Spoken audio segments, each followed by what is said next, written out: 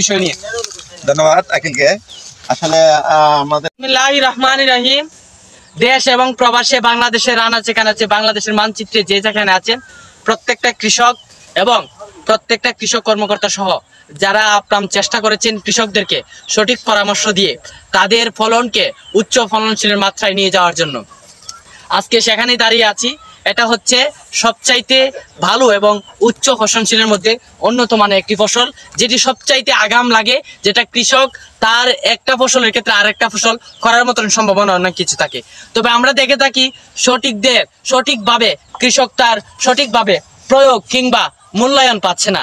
অর্থাৎ যদি আমাদের প্রত্যেকটা কৃষি কর্মকর্তা সহ কৃষি যে অফিসগুলো আছে বিভিন্ন ক্ষেত্রে পরামর্শ দিলে আমি মনে করি আগামী দিনে বা ভবিষ্যৎ প্রজন্মে আমাদের বাংলাদেশের কৃষিমাতৃক হিসেবে বাংলাদেশে যেভাবে আগে কিংবা এখন বর্তমান থেকে অনেকটা পিছিয়ে এবং অনেক জায়গায় আবার এগিয়ে, তো বেশিরভাগ ক্ষেত্রে এগিয়ে আছে যাদের যেখানে যে কৃষি কর্মকর্তা বা কৃষি অফিসগুলো আছে যেখানে পরামর্শ দিয়ে থাকে সঠিকভাবে যেভাবে কৃষি বা কৃষক কিভাবে কোন জিনিসটা প্রয়োগ করলে তাদের সঠিক প্রয়োগ মাত্রার মাধ্যমে সঠিকভাবে ফলন তারা পেয়ে থাকে।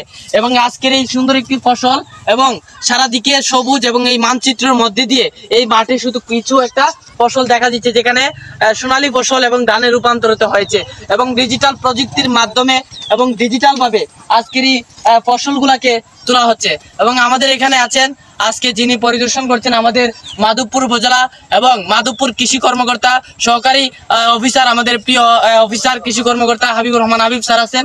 ওনাকে অসংখ্য ধন্যবাদ, যিনি প্রত্যেকটা সময় আমাদেরকে পরামর্শ দিয়ে এবং জমিনে সরাসরি আসেন, তিনি সহযোগিতা করেন প্রত্যেকটা সময় প্রতিটা মুহূর্তে কৃষকদের পরামর্শ দিয়ে এবং সরাসরি জমিনে এসে তাদের পরামর্শ এবং দিক নির্দেশনা দিয়ে সঠিক ফসল ফলানোর জন্য যিনি পরামর্শ দিয়ে থাকেন মাধবপুর উপজেলার সহকারী অফিসার হাবিব রহমান হাবিব স্যার।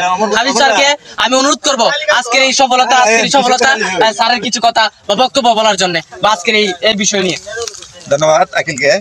আসলে আমাদের কাছে অনেক ভালো লাগছে, এটা কাঠিয়ারা এই গ্রামের মাঠ। আমরা দেখছি অমর দাস ভাইয়ের বিধান 75, অর্থাৎ আমরা কম্বাইন হারভেস্টার দিয়ে জমি কর্তন করা হচ্ছে। ফলন মোটামুটি ভালো হয়েছে, আশা করা যা বিঘা প্রতি 15-16 মণ দর করবে।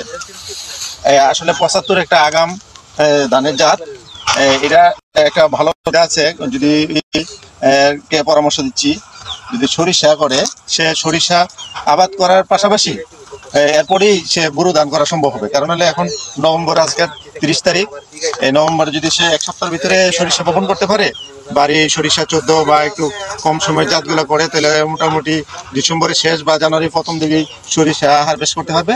এর পরবর্তীতে সে বোরো ধান করার সুযোগ আছে।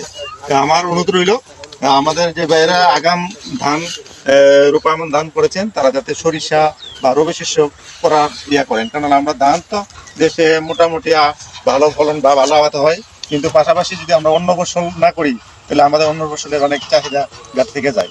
আমি সবাইকে অনুরোধ করবো এই পাশাপাশি রবি শস্য চাষ করার জন্য। ধন্যবাদ স্যারকে। এবং দেখেন এই বিধান 75 হচ্ছে আগাম কৃষকদেরকে মাত্রা এগিয়ে নিয়ে যেতে, এই মানচিত্রকে আরো সুন্দরভাবে ফুটিয়ে তোলার জন্য যেভাবে পরিশ্রম করে যাচ্ছেন আমাদের কৃষি কর্মকর্তা সহ বিভিন্ন কৃষি কর্মকর্তা যারা আছেন। এবং এটার দ্বারা এটাই বোঝাতে যাচ্ছে একটা ফসলের দ্বারাতে যেন আরেকটা কৃষক যেন আরেকটা আগাম কাটার পর যেন আরেকটা ফসল উৎপাদন করতে সেখান থেকে যেন কিছু একটা আয় করতে পারে। এতে কিন্তু আমাদের বাংলাদেশের যে অর্থনৈতিক সংকটটা এবং বাংলাদেশের কৃষি মাতৃক যে একটা বাংলাদেশ সত্যিকার রূপান্তর হবে। সবাই ভালো থাকবেন, সকল কৃষককে আমার শ্রদ্ধা।